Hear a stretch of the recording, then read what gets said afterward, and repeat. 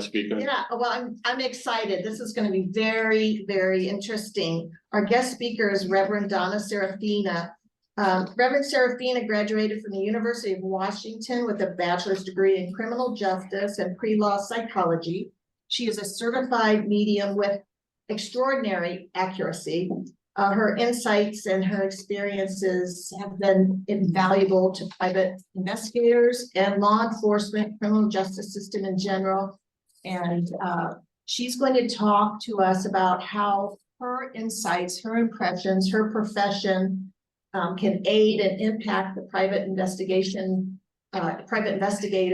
And then once she's finished with that, she's going to give us her impressions of the very tragic Moscow, the student murders at the University of Idaho. And without further ado, Reverend Seraphina. Hi, thank you for having me. Okay, so yeah, with my background, I have a bachelor's in criminal justice, and then I worked for a while at Echo Glen, which is all in Washington State, University of Washington, and then Echo Glen, which is a state felony institution for juveniles. I transferred out to juvenile parole, and I had a brother murdered while I was in college, and so I volunteered for 8 years at Families and Friends of Violent Crime Victims as a victim advocate for families of murder victims, helping them navigate the system. So there I have quite a bit of firsthand knowledge about how the system actually works versus, you know, how we want it to work or how the general public believes it works. Also, my mother had a domestic violence treatment center, and so I was certified in that and helped her there. So there's just odds and ends, different parts of the criminal justice system that I have personal experience with.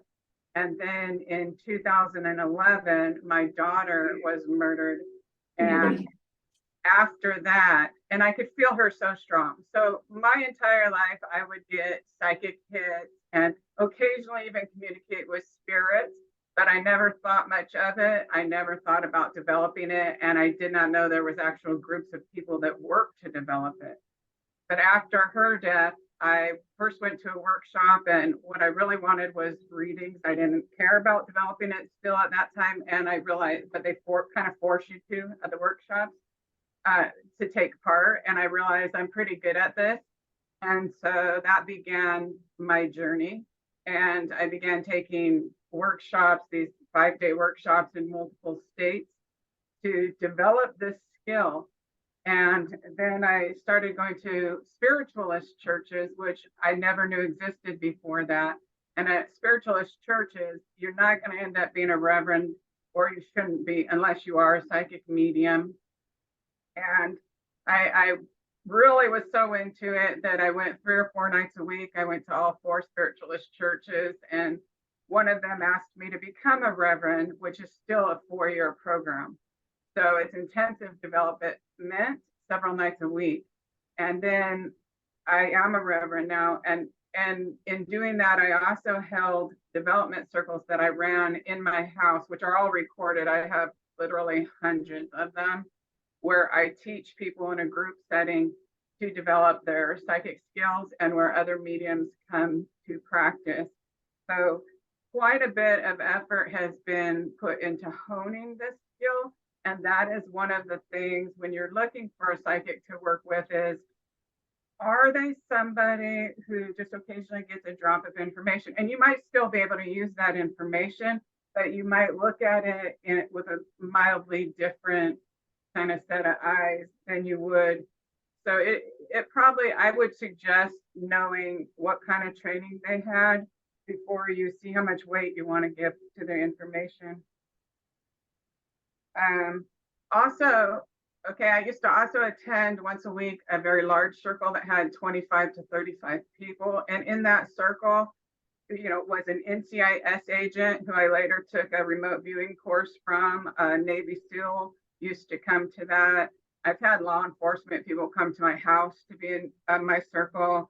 One man is another reverend who came regularly as a surgeon at the hospital. A lot of nurses come, a lot of hospice workers come, and Catholics. So I've done readings for like a priest and And why I'm telling you this is because I want you to know that people who are involved in developing their psychic abilities or who have these abilities are in all walks of life.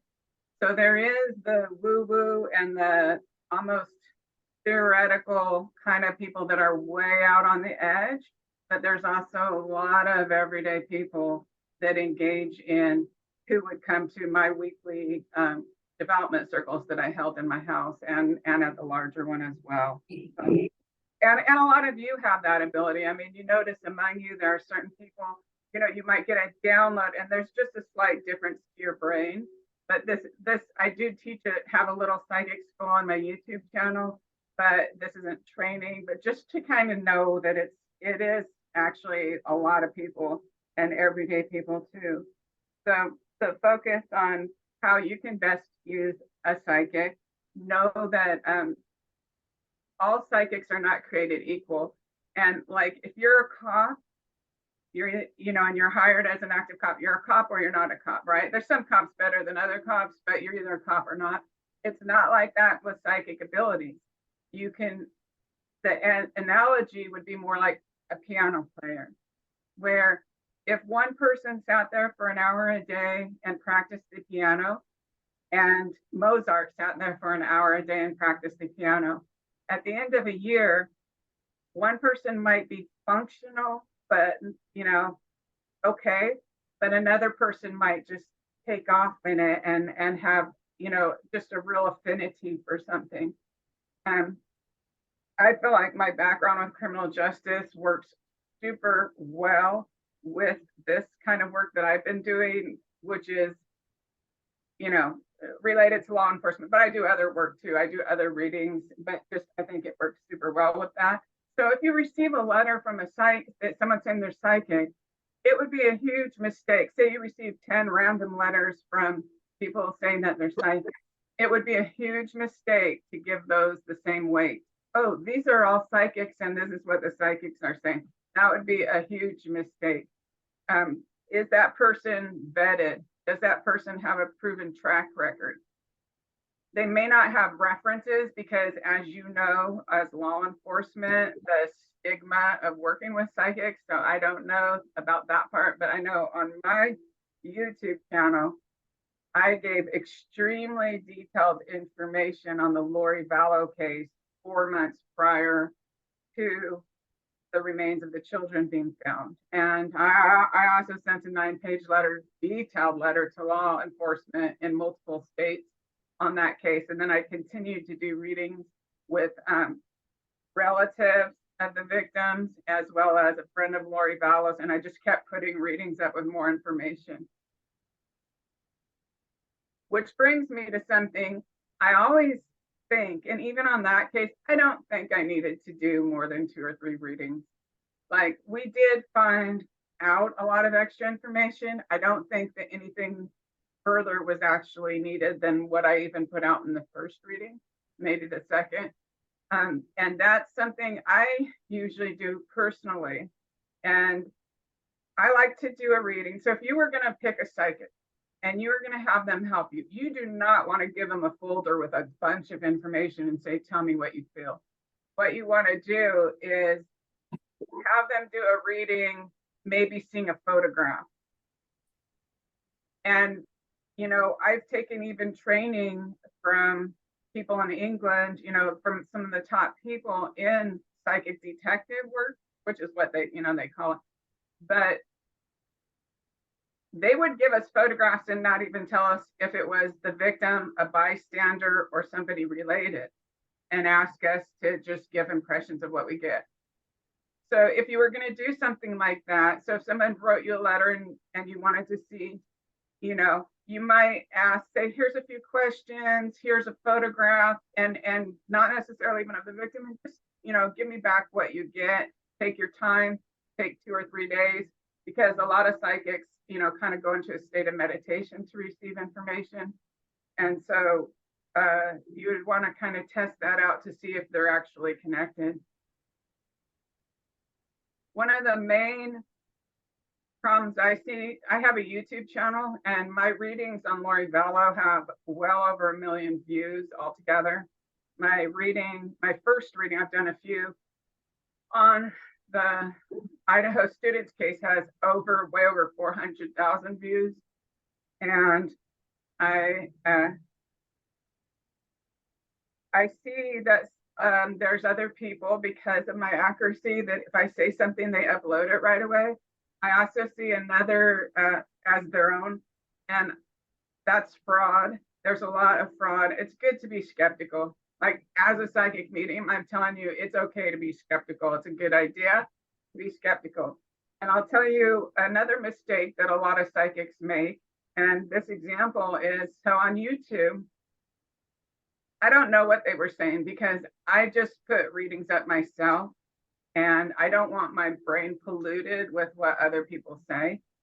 So a person with a true crime channel contacted me, and I'd already put this reading up on November 22nd, the first one, 6 weeks before Brian was caught. And she said, okay, so the timeline came out, and the timeline became public information. And now they're saying Brian Kohberger, he did all this in 15 minutes. So then, all the social media was a buzz saying he must have had help, or he must have been in the house, or whatever. So all these group of psychics then changed their predictions and their information to fit the public information that they had. And they, as a group, decided that Brian must have been waiting in the house to ambush. And so I was contacted by a true crime channel, and she's like, well, do you want to change that? Because all the other psychics are saying he was in the house. And I'm saying, I was shown, I was shown him going up the side of the house in the back sliding door. And that's what I was shown. Okay, period. I'm not going to argue about who's right or wrong there. I'm just going to say that is what I was shown. So I think a more experienced psychic would be secure enough to say that. But yeah, all these people started insisting that, and until the information came out that disproved what they said, this is what they were holding to.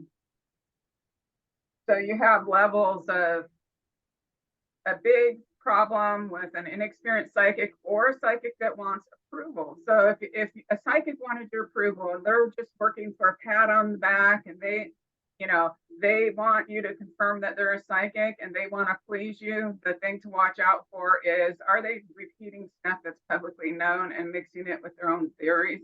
Because that's not psychic. Okay, so you would want to watch out for that. And you'd want to, I don't know how many people write you, especially if it's not a high profile case, but an example of information not publicly known, there's a couple. So another one I did readings for the mother and grandmother of Dior Coons. And I saw an extremely graphic bear. And I won't go, they're all uploaded on my YouTube channel if you're interested in them. And then later, a few months later, I did another reading at the request and for the father of Dior Coons and his sister. And after that, I was able to talk to the sheriff in that case, who was a deputy at that time. Now he told me he had taken note of my first reading, so he had heard about it and listened to it, because he said there was something he had never told the media. And what he had never told the media was that the place that they believed Dior fell into the creek, there was bear tracks. There was fresh bear tracks, fresh bear dung, and he had actually tried to track a bear, and he had never mentioned it to the media.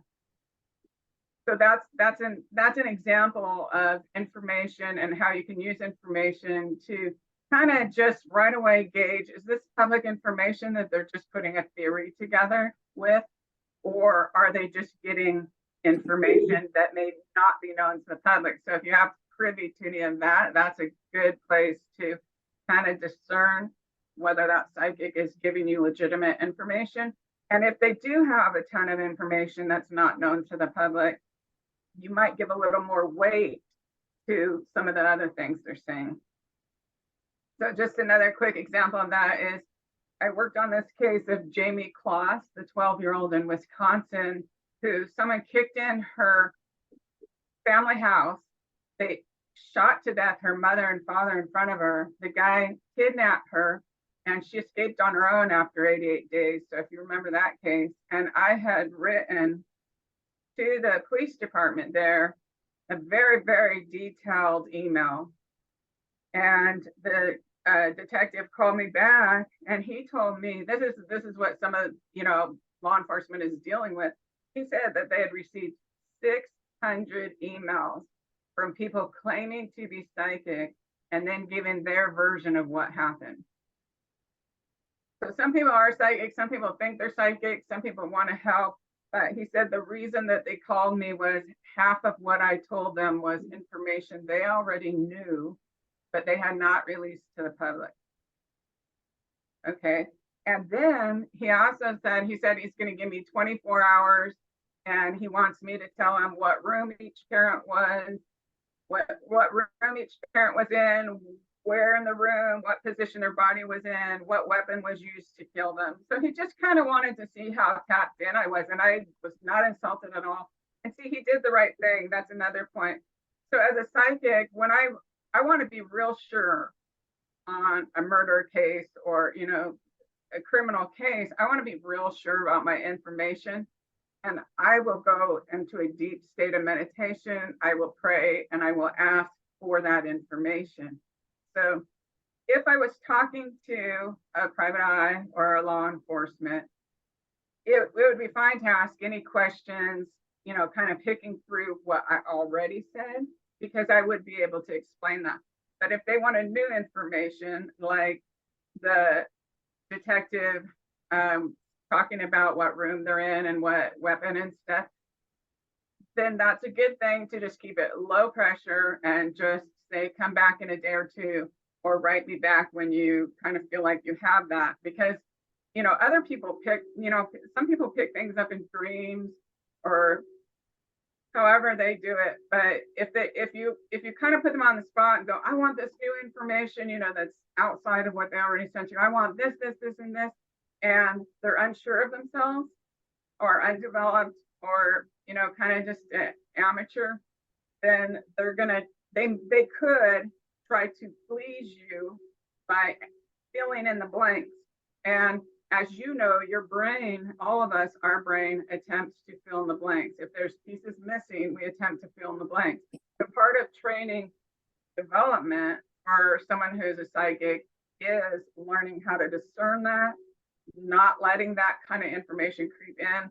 So you are going to just want to give them time to come back with that information if you test them that way.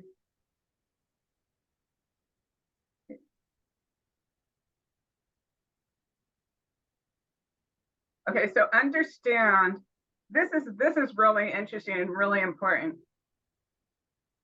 Some people, if they don't really know, like say some of you who may not know if you haven't interacted with any psychics or not, it's not Skype. It's not like this where you could all of a sudden just start picking things out. It's not a TV show where you can demand, I want all this certain information. It is literally like charades.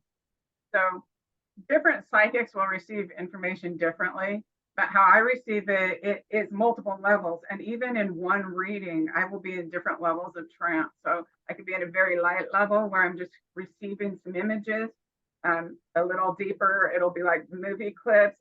And then at some point, sometimes I will lay on my bed and with the mediumship, and I know that's hard for some people, but there are spirit guides. There are other entities outside of our physical range.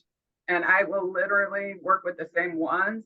And I trust them enough. And my consciousness, I will let them take my consciousness. In other words, to the time and space where this occurred.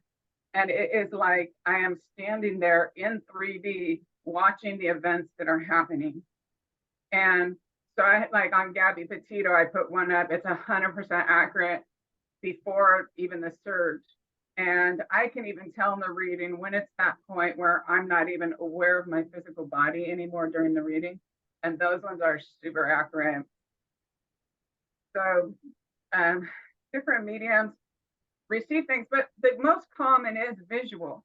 So what that person is going to do is going to see things, and anything can represent a person, a place, a thing, let's see where I wrote about that. It can represent something else. So a perfect example of this is in the Lori Vallow case.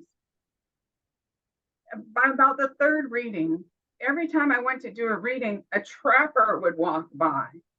Now, I'd always differentiate. This is not a hunter. This is a trapper. Okay. But we didn't know what it meant. You know, always this trapper's walking around. And I'm seeing a literal Daniel Boone type trapper. Well, it turns out that the next street up from Chad Daybell's house is called Trapper Lane. You see, that's exactly how it works. And this is really bothers me because the locals kept the sign up, Trapper Lane, and a neighbor actually sent me the photo. And no matter how many hours I spent on Google Maps or Google Earth, I can never find Trapper. I would put Trapper in there like, this has got to be something because it's every time. But the state had renamed it as a number. So that only came up as a number on Google Earth. It did Trapper Lane. And that's how, if you're working with a psychic and they're only telling you their interpretation, that's where they might be wrong anyways. So you want to go back and ask and have even almost a separate list, and then with what they saw, and then what they saw, and then what they think it is, because it might end up meaning something to you that only you know about. So if the law enforcement was listening to the reading and I'm going on and on about this trapper, they may have very well known that I was referring to Trapper Lane, but I had no way of knowing. And that's how information comes through. So it's abstract, it's like charades, and you just want to keep a list and keep an eye out. And let's see if there's any more. Same as this 5-year-old missing girl. I see her buried and I see a hollow log on top of her. When I look on a map, there's tons of streets all around the area of Tennessee named Hollow. So I don't know if it's a literal hollow log or the name of something as a psychic. I mean, there is a limitation as to what I know. I can say what I see, and what I see is clues, but it's not going to be like a concrete, here's everything type of deal. And again, there's just one more, because these are real important. This is probably, if you remembered one thing, is to always note what they saw versus, you know, be aware, because there's a little 5-year-old in New Jersey named Dulce Alaves, right? And I saw all these things and they were all correct. And I actually found the building. But one of the things I said was, I see a sailboat. And then there was this group on Facebook trying to sleuth the thing. And I could not get them to grasp that it may not be an actual real sailboat. And later, when I found the warehouse, it turned out that there was a mosaic of a sailboat directly across the street. See, and I saw it right away. And then how things come in are different too, because if something is the main thing, it'll seem more concrete to me, but sometimes something will wisp by. So you want to be able to work with the psychic to have them explain it to you, because when I see that, like a translucent thing wisp by and it doesn't come in over and over, just comes in once. An example of that is in that 5-year-old Dulce Alaves case. I saw a train wisp by, but it wasn't the main thing, and it never came through again. And it turns out kitty corner to the warehouse that I located, somebody took one train car and turned it into a hot dog stand. So each aspect of my reading was in a 360-degree ring around that warehouse, but they are not literal. Most of them, some of them will be, but some, they're not literal. They're like clues. It's like when you play charades, just remember that. That's super important.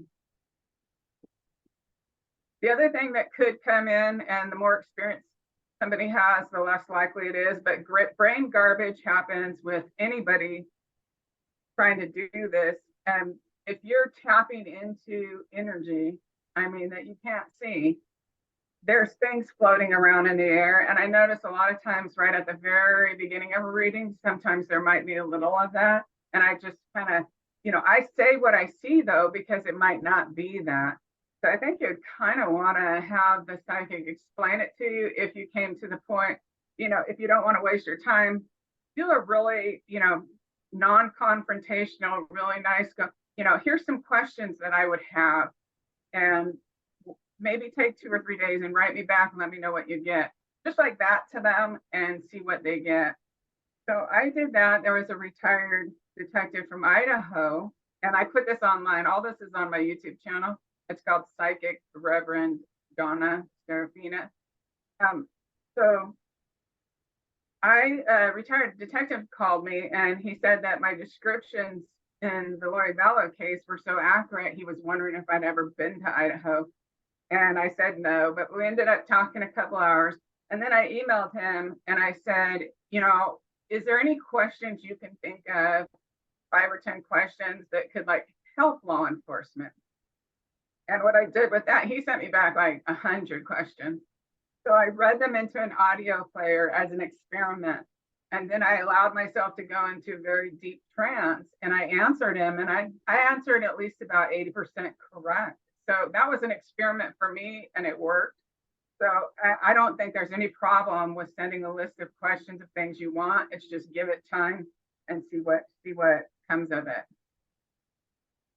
Let's see. Here's another example. So in the readings with Lori Vallow, I'm talking about watching, you know, Alex and Chad and Lori bury JJ. And then I actually see her in her car singing, but then I say, and I don't know the exact order, but I say I see a cemetery. So what I did see was a real like old cemetery, and I even said it's an old cemetery. But what it really was in the yard is the pet cemetery you probably heard of. So that's the kind of way when a psychic says something, okay, you see the cemetery, you're going to want to keep your mind open to apply that to information that you find in your search. And another thing, like with Koberger, the Idaho 4, right? The guy says, I say, oh, they're showing me a family bread company and he's working in it. Well, clearly he doesn't work in a bread company, but it turns out that Koberg Breads is the largest family-owned bakery in all of Europe. And they also serve Pennsylvania, interestingly. They serve the whole East Coast. They're very popular in New York. So that information, there's no way I would have thought of putting in that to, now I would, but when I did that, there's no way I would have thought of putting that into Google to see what I got. But if a cop already had Koberger on his radar and typed Koberger and bread, he would have come up with Koberger Bread Company. That's his name. Let's see anymore. Yeah, so that's super important, understanding that. And you know, I think as law enforcement, you've got the left brain so developed. You know, you follow one physical clue after another, that if somebody says, you know, I'm seeing a sailboat, that like in the Dulce Alves, the natural thing would be to look for an actual sailboat. So with the psychic stuff, it is going to be clues, like your like charade type clues. That's super important.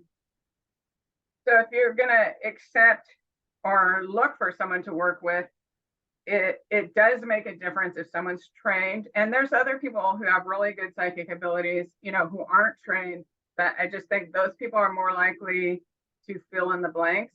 And, you know, it just depends. If they're giving you the information for free and they're just wanting to help, you can kind of just put it to the side like that. But like I said, so different psychics are different. They have different level of strengths. Then even for me, within one reading, I'm going to be in different levels of unconsciousness in a way, to where the information that I get is going to have a different weight. And then how it comes in for me, whether it's like translucent and just goes by once, and then other times they'll repeat it over and over, which means it's very important clue. And sometimes I even look at the pattern, because if they'll keep repeating it in a triangle pattern, then that means those things are related to each other. And so different psychics work different, but there's it's like a foreign language. It is literally like a foreign language and interpreting it. And when a psychic who is advanced is wrong, it's going to be in their interpretation. So it's really vital for you to know what they actually saw.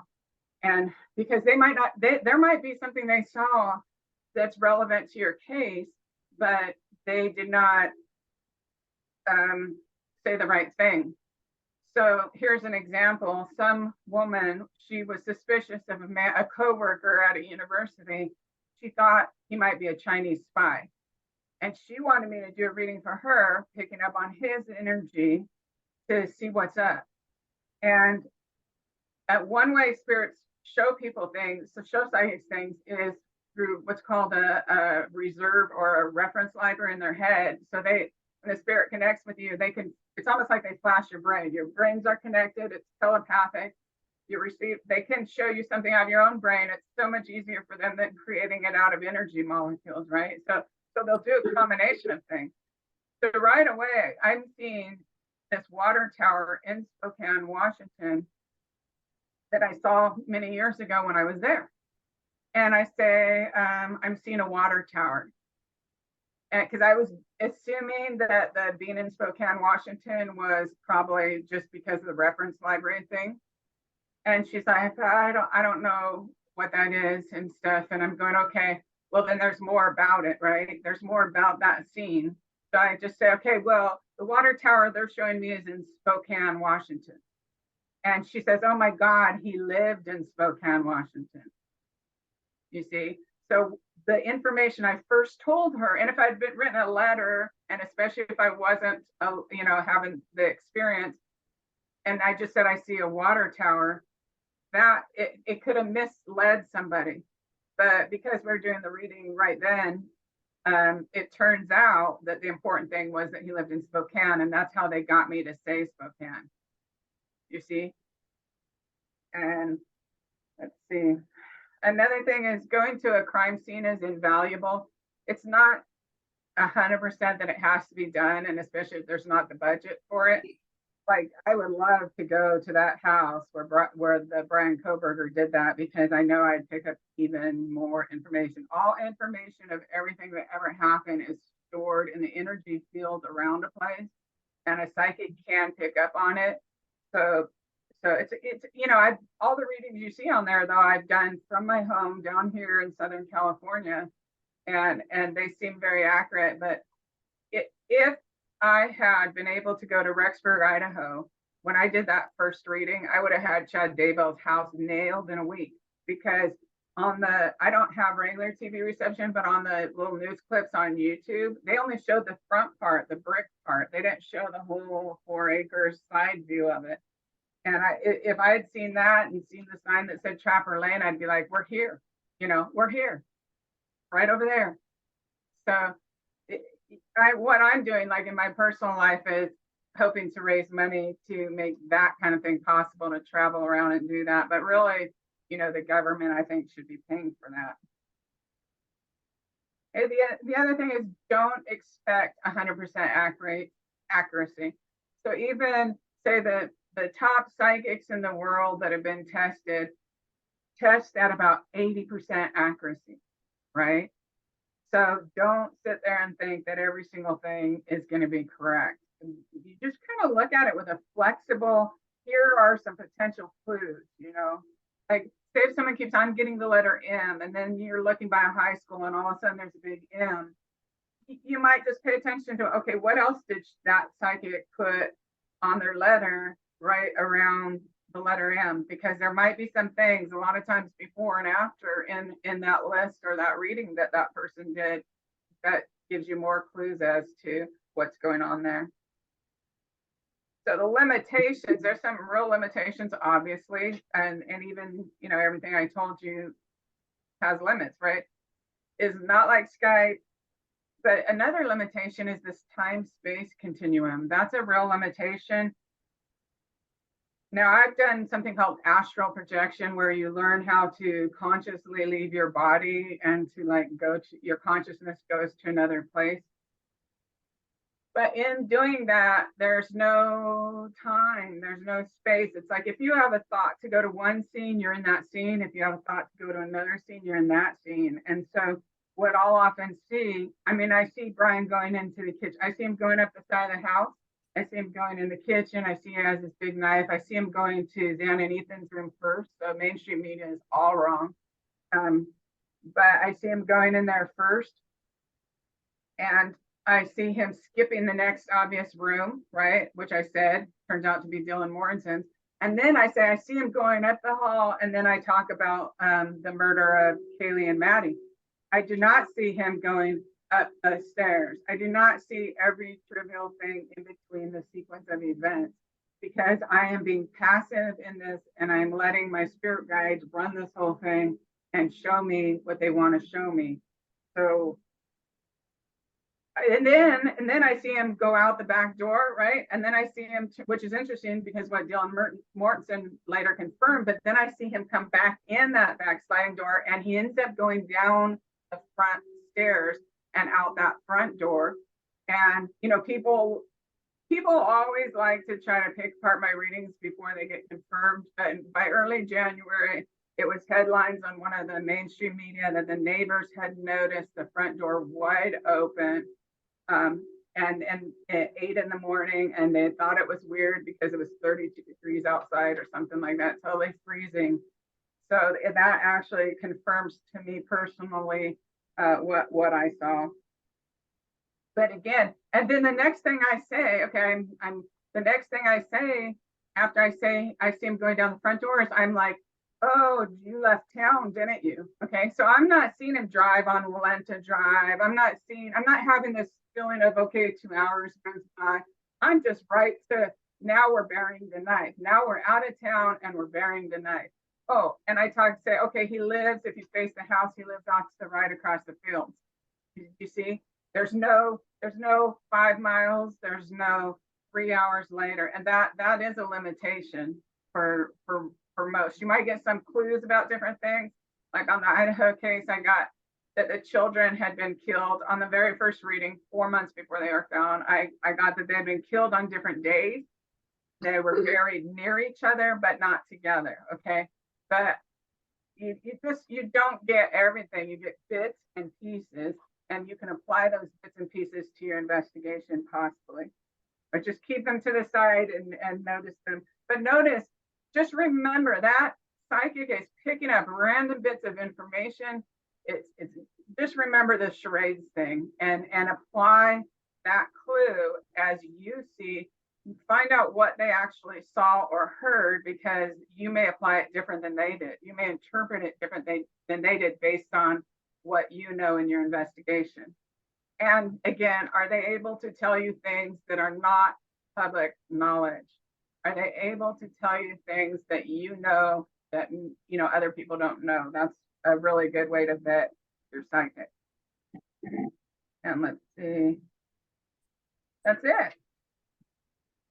Okay, so if you have any questions about anything related to psychics, I actually have, like I said, I held a development circle for 6 years every week in my house, and very, very much into this.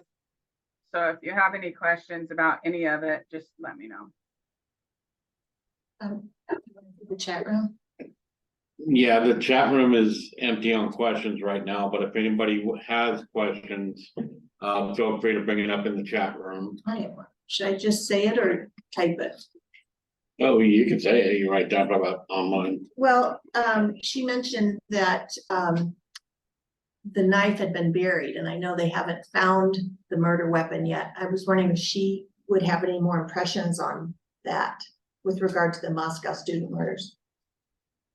Yeah, that's the big question. And if I was up there, there's already some things that I would look for. There's something really weird going on in that case, because before they show me Brian going in the house, I'm seeing this red-haired guy, and he's looking out from behind a phone pole, right? And I have a feeling that at the trial, we're going to see the person testify. I kind of wondered if it was Jack Showalter, but I don't know. And so I don't like saying anything. And I was never saying that the person was part of the murder, but just that there may have been a witness who like saw something that may end up, being part of this later but he went to his family's hunting cabin, and in there, I'm sitting there going, he took the knife to his family's hunting cabin. But I'm talking about the killer. So that I need to do further readings to kind of differentiate and pick out what happened there. Honestly, what happened there. Like if I was up in Idaho, I actually looked up the Showalter family hunting cabin, which is actually looks like a big house, because what I saw was also a young tree, like a fresher tree that was maybe a year or two old. And at the edge of, you know, the circle around the tree is where I saw it buried. So I would wonder that, obviously that's, and then I just kind of the other day I was meditating and I was getting several things and I looked on a map and found them, but I don't really know because I haven't, to get that kind of information involves, I call it kind of like diving into liquid razor blades. It really is. What I recognize, murder has a specific energy, and every time I go into that of any murder, I recognize that same energy. So, like, I did a reading for a couple of friends of Xana Kernodle, right? And in that reading with Xana Kernodle, she stepped back and Kaylee came forward and went on and on and on about this pool party. And I know this isn't the knife, but it kind of plays into it. About this pool party. And so she was real adamant about it. So I started thinking, I uploaded that on like January 3rd.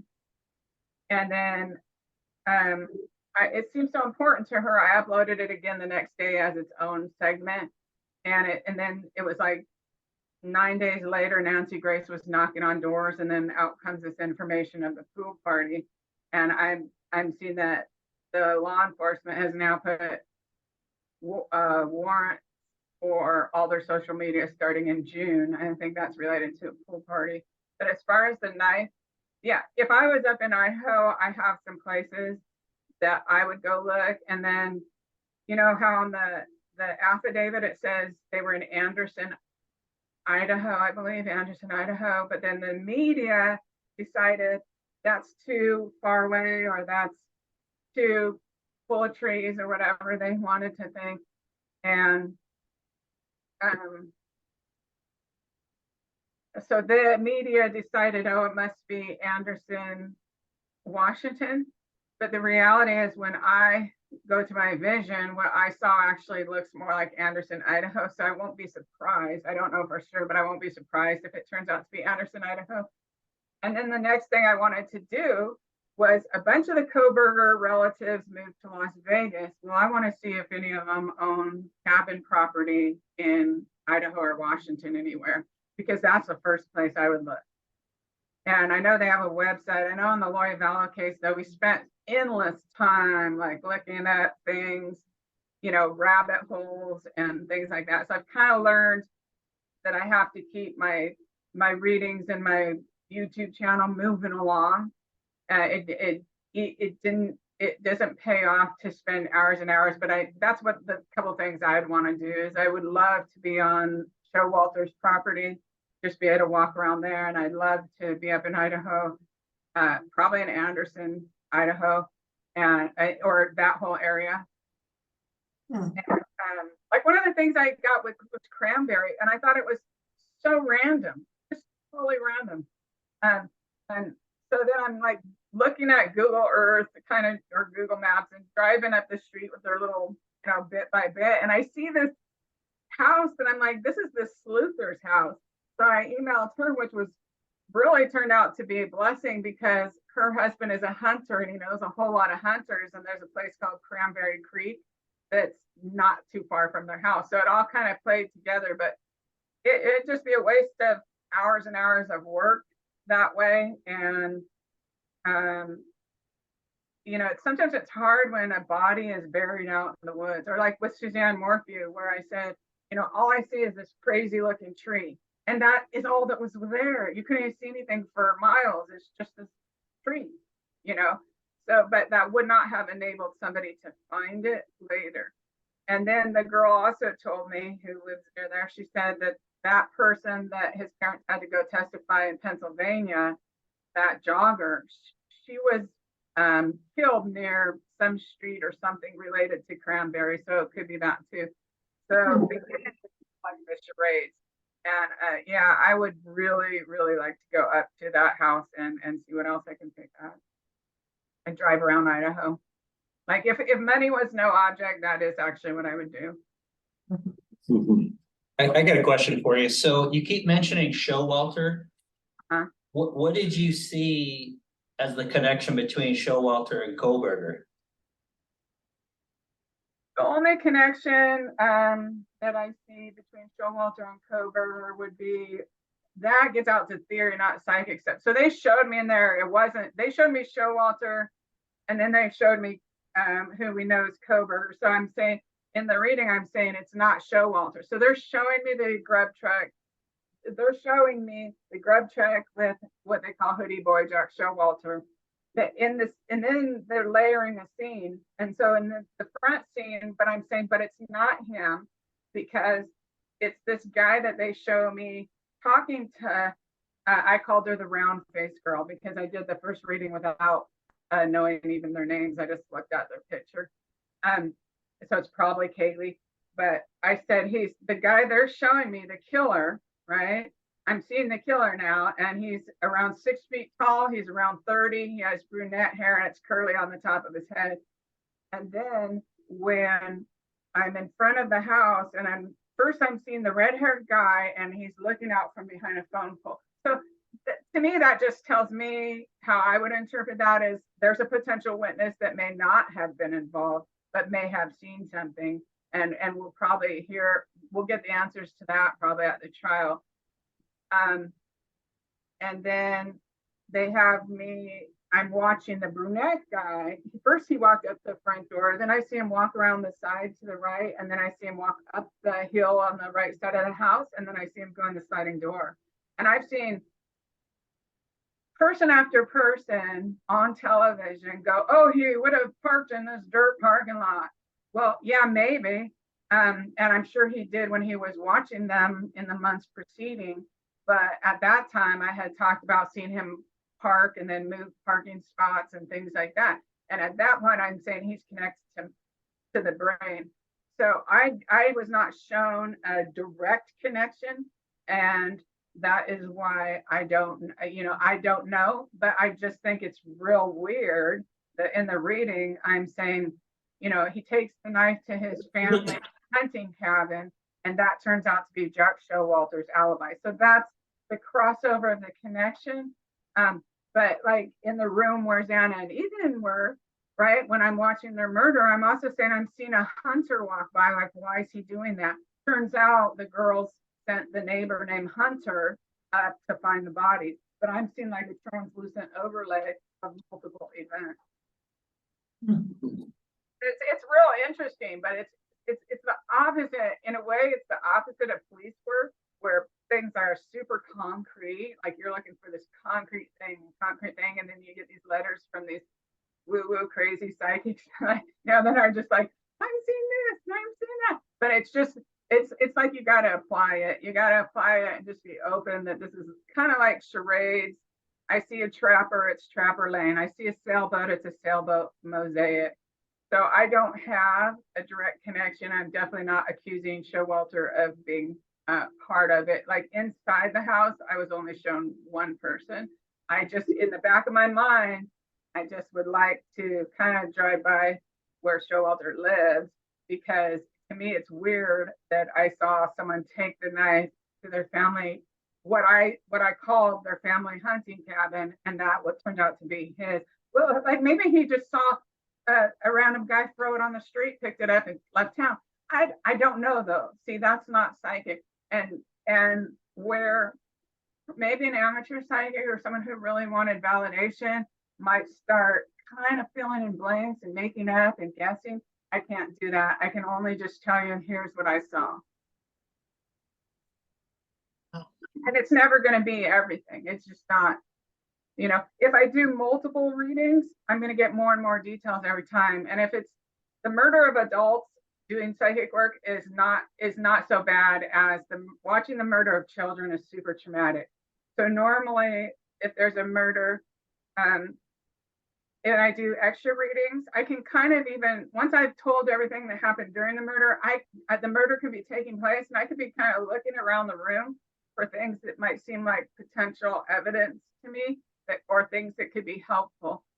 But with the murder of children and like particularly Tylee Ryan was so traumatic that even 10 readings, I never could get past the trauma to tear away to go look. I mean, I picked up a lot of different details, but I wasn't in control of, I could not get past the trauma of what I saw with her to know some things I would have liked to be able to know.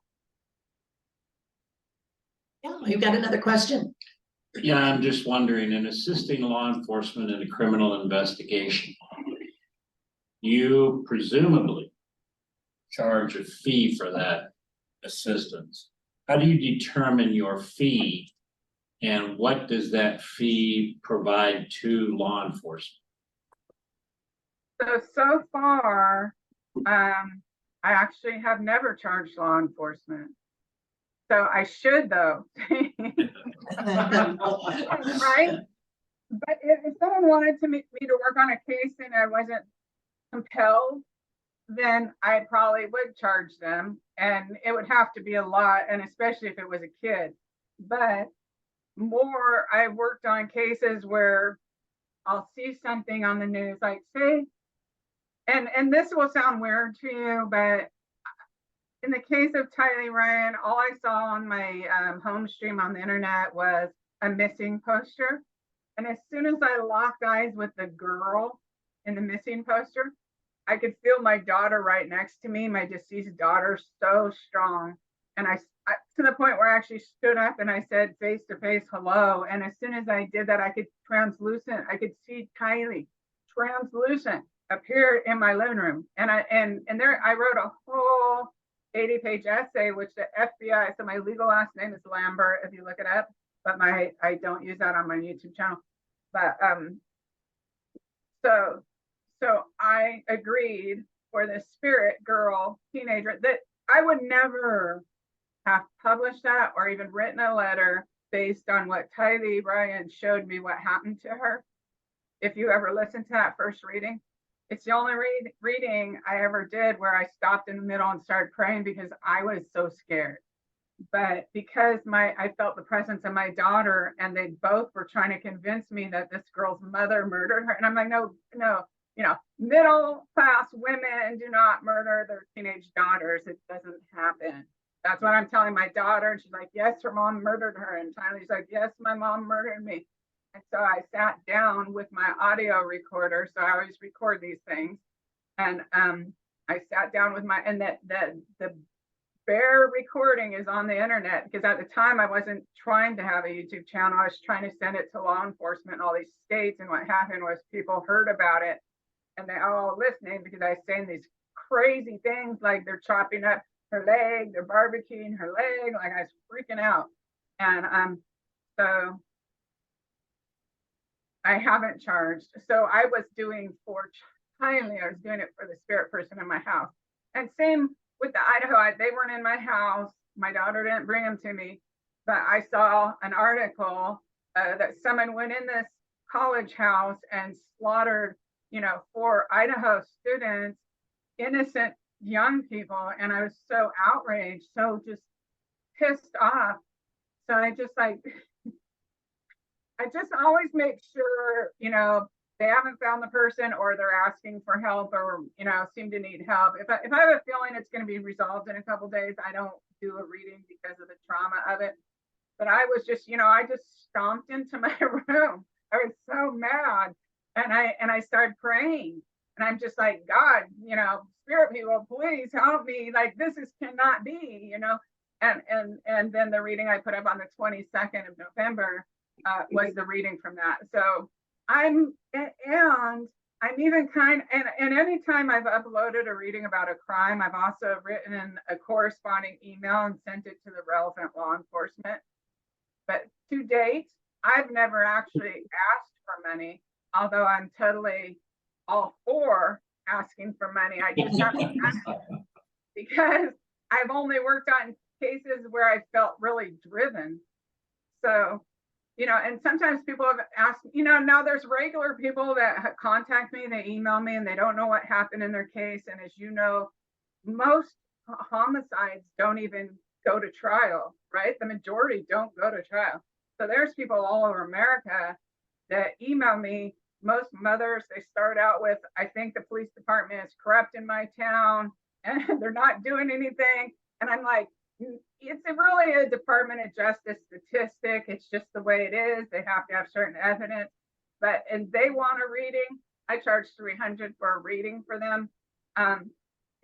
And it depends if they're doing an actual still wanting to investigate or if they just want to know what happened to their child, because that stops their brain from racing and it does actually help, surprisingly. But you know, a lot of times if someone's trying to get someone arrested and investigate, they're going to need me to then decipher the reading. So it would be different. So I charge $300 an hour for a reading and then $100 after, but I don't spend a lot of time usually trying unless it's a case where I'm just driven internally. So, you know, I always think, okay, I need to start saying I want money for this or money for that. Usually I ask for donations for GoFundMe, and actually people do donate. So I brought in about 10 grand, but that's just like in the last 3 years, you know, and I want to form a nonprofit to search for missing people. And then I'll push the donation thing more, because it's like too, when some family experiences a murder, pretty hard to call them up and ask for money. I just have a hard time, but I do believe in asking for money. I just haven't done it. Thank you. Any other questions from anyone? Do we have anybody online asking anything else? Nothing online. But I do have a question for you. All right, because obviously, Pat, you got hold of her. Would you be okay if Pat gave your information out to us as a whole here? Not online, of course, we don't want your information out there, but that we can get hold of you if we have certain needs. Oh yeah, absolutely. And my information is pretty public. Like on the YouTube channel, that's Psychic Reverend Donna Seraphina. Then I have my email on there, Reverend Donna Seraphina email. I think my phone number is floating around, but I never answer my phone ever. It's usually on silent, and if someone texts, I might answer them. So yeah, and then like the essay I wrote to prove the afterlife, which is like a critical analysis of my work on Lori Vallow, that the time date stamps prove the afterlife, as well as, you know, providing key information in the case. That has my legal last name, so that might confuse some law enforcement. But I noticed that the FBI and the Rexburg police both included my essay with their evidence that they submitted to the court, and there was an actual whole hearing where they were arguing about psychic visions. So then the DA was saying they're not going to put psychic visions in there anyways. But I thought that was a pretty cool validation of my work, that the FBI actually included my essay in their evidence. I thought that was pretty neat. Well, one of the things to kind of help build your credibility a little bit, Carolyn Ward and I was working a case that a psychic got involved, and it brought us to a neighborhood using the same method you said. You know, they named something that was actually a street, right? And you couldn't find it normally on maps. We went there, then they described certain scenes of it. And I mean, down to the point where, you know, a man, bigger man, black hair, the neighborhood, there's a lot like him. Well, it led us to a Sicilian neighborhood. Okay, I mean, legit, here in Boise, a Sicilian neighborhood. And the moment we appeared, we had eyeballs on us. All right. But following through with everything that particular individual helped us with, not even, what was it, Caroline, a couple days later, when we were in that area asking questions, the body ended up showing up a couple days later. All right. So, you know, to build credibility on that, credibility, and this for everybody in here, don't disregard what a psychic can provide. All right, because our jobs as private investigators is to use every avenue to gather whatever information we can, no matter how far-fetched or how ridiculous it sounds, Cause in the end, the overall result is gonna help the family. Yeah. And the clients in this case, so, you know, that's pretty much a statement I wanted to make, on your behalf there too, Reverend, you know, to kind of build that credibility there. I have always been very skeptical. Personally, however, after that particular case, it was just coincidence or not. One thing led to another, we stuck our nose in places, all of a sudden the body appears in a place that we'd already checked, so. Yeah, it's real interesting how it works. And some things you won't even know till after you see them. So it's worth keeping a folder, you know, even a separate folder where, and if you just separate, okay, here's what they say they saw, and they might interpret it just like when, you know, I saw the water tower and I only told her water tower, that the water tower I saw specifically water tower in Spokane, and it was so Spokane turned out to be the critical information. Or like on another case, this man who was murdered, he sat down at a table and he had a deck of cards and he was going like this, flipping the spirit person was flipping the cards over. And then when he got to the Joker, he stopped. And I'm like, oh, Joker. And then I started getting a chill and I'm like, then I get this feeling, oh, Joker's his name.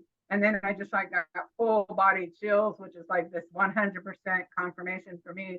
And it turns out, because it's street gang stuff, that his street gang name was Joker, the killer. So that's how the man told us the name of his killer was by a card. So it's like you really have to be flexible when you're receiving that information as to how to apply it. Are there any other questions from anybody? Thank you, thank you, thank you, thank you, thank you. This was just very interesting, and it just leads to more and more questions, which is always good. Yeah. So if you have any questions, you can email me. I mean, sometimes like if I upload a video, I might get 1,000 emails in a week. So it might get lost if you don't hear back from me in a couple of weeks. Just like resend it or something like that, and I'll reply. Thank you. We are very grateful. Thank you so much. Definitely, thank you. And you can check out my YouTube channel if you want to see my first video on Idaho 4 has 430,000 views. And the BC came and interviewed me for like 6 hours. And then Vanity Fair insulted me. And then this lady interviewed me for some book, some James Patterson is writing. And I said, I must be pretty important if the likes of Vanity Fair needs to insult me. So they like to slam psychics, but yeah, it's worth checking out if you want to listen to some raw readings unedited that I've just put up on YouTube. Great. Thank you again. Thank you, thank you, thank you. Okay, thank you for having me. Thank you. I really